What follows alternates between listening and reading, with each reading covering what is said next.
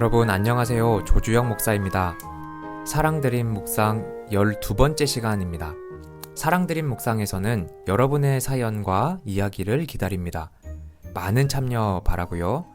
여러분의 이야기를 통해서 이 라디오 묵상을 듣는 분들에게 하나님의 큰 은혜가 있기를 기도합니다. 오늘의 사연 읽어드립니다. 오늘 사연을 주신 분께서는 친필로 직접 써주셨습니다. 제목, 아들의 독립. 식구가 적어 집에 규모를 좀 줄여볼까 했더니 출퇴근하기 힘들어서 원룸을 얻어 나가볼까 해요 하고 아들이 말했다.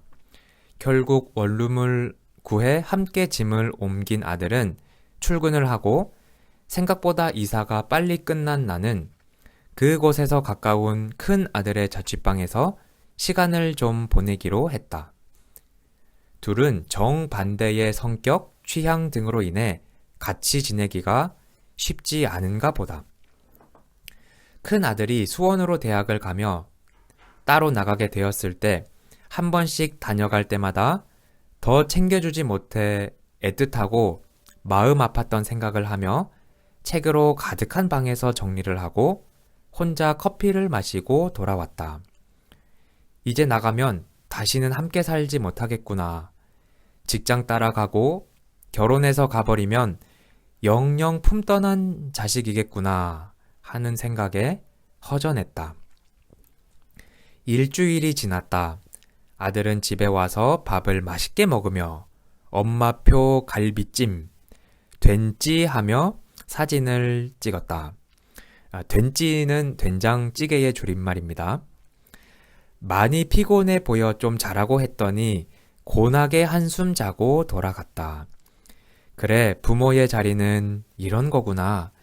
그냥 불쑥 와서 맛있게 먹고 쉬고 갈 수 있는 자리. 필요한 게 있을까 챙겨주는 자리.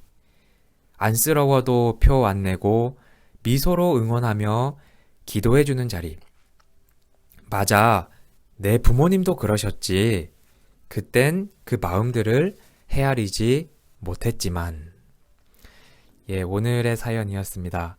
오늘 이 사연을 보내주신 분께서는 아들이 독립을 하면서 부모로서 느끼게 되는 마음을 잘 말씀해 주셨습니다.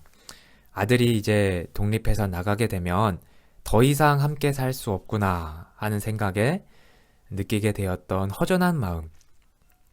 여러분, 그런데 또 자식이라는 게 어떤 겁니까?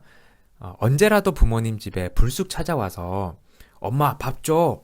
할 수 있는 게 자식이지 않습니까? 사연자분께서 말씀해 주신 대로 부모의 자리는 그런 게 아닌가 하는 생각을 합니다. 자식이 그냥 불쑥 찾아와서 맛있게 먹고 쉬고 갈 수 있는 그런 자리. 또 자식이 안쓰러워 보여도 편하지 않고 미소로 응원하며 기도해주는 자리. 이런 게 부모의 자리라고 할 수 있겠죠. 이런 건 부모가 되어서 비로소 깨닫게 되는 것이라 생각합니다.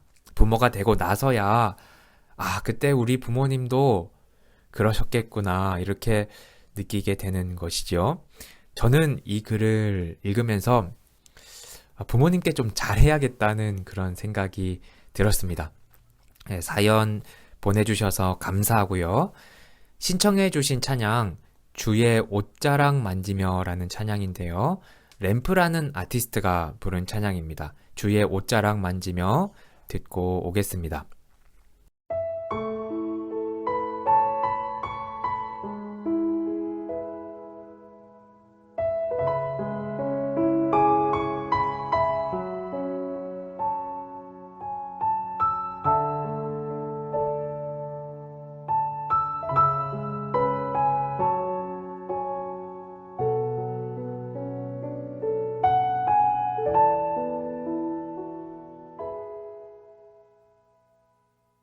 주발 앞에 무릎 꿇고 그 사랑에 남기네.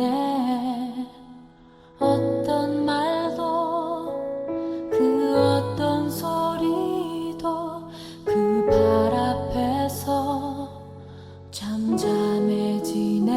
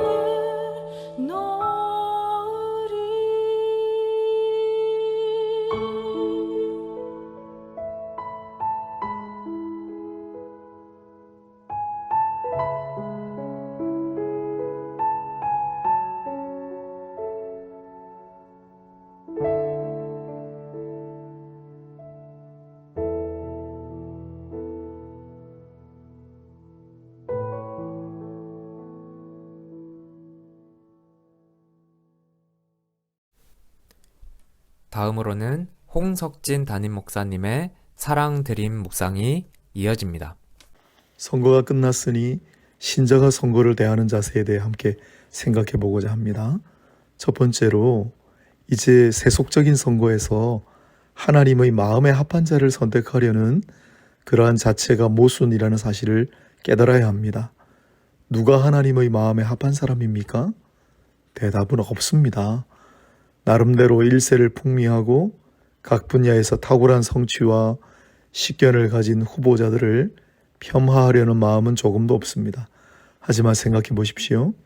하나님의 마음에 합한 자라는 기준이 어떠합니까? 성경 속에서 이와 같은 기준을 만족시킨 사례는 직접적으로 다윗 한 사람밖에 없었습니다. 더군다나 세속적인 선거에서 대부분의 후보자들은 기독교 신앙을 가지고 있지 않습니다.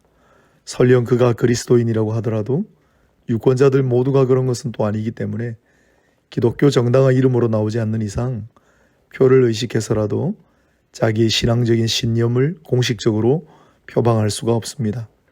그런데 어떻게 선거에서 하나님의 마음에 합한 자를 우리가 선택할 수 있겠습니까?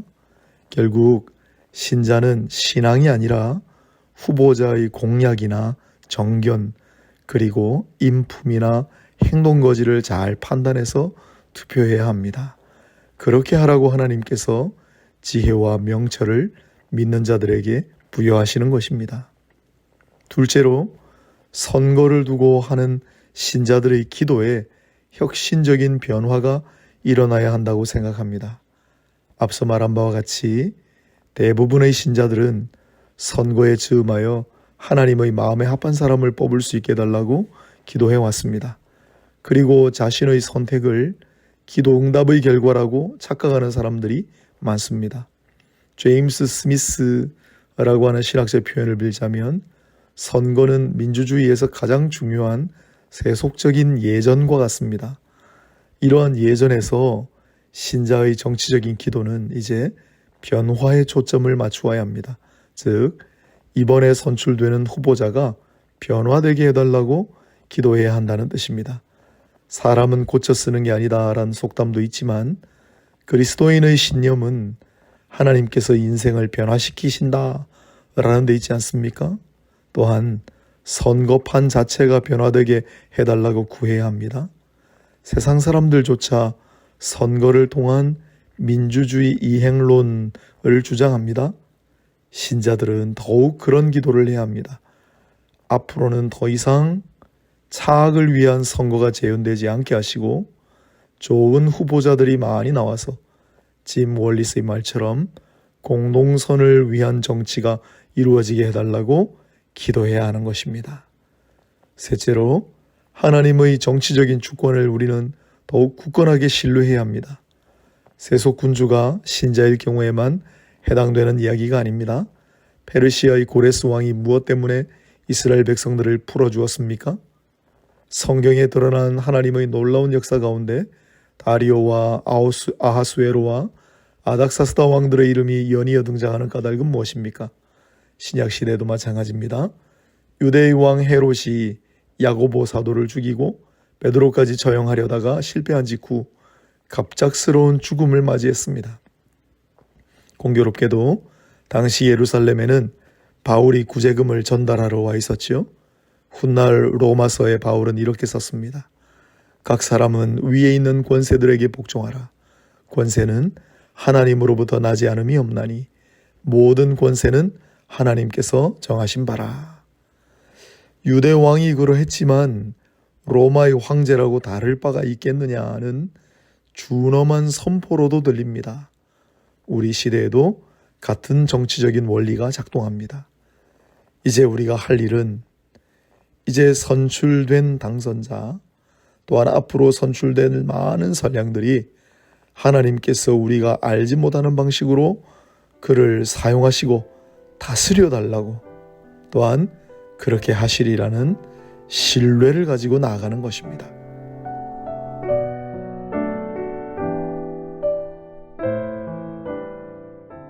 오늘은 신자가 선거를 대하는 자세에 대한 말씀이었습니다. 오늘 말씀을 통해 이번에 선출된 대통령 당선인, 그리고 앞으로 선출될 많은 선량들이 하나님의 방식으로 사용될 수 있기를 바라고, 또 하나님께서 그렇게 하시리라는 신뢰를 가지고 나아가는 우리 모두가 될 수 있기를 바랍니다. 이것으로 오늘 라디오 묵상을 마치겠습니다. 나누고 싶은 일이 있다면 언제든지 화면에 보이는 메일 주소로 여러분의 이야기 그리고 신청 찬양을 함께 보내주시면 되겠습니다.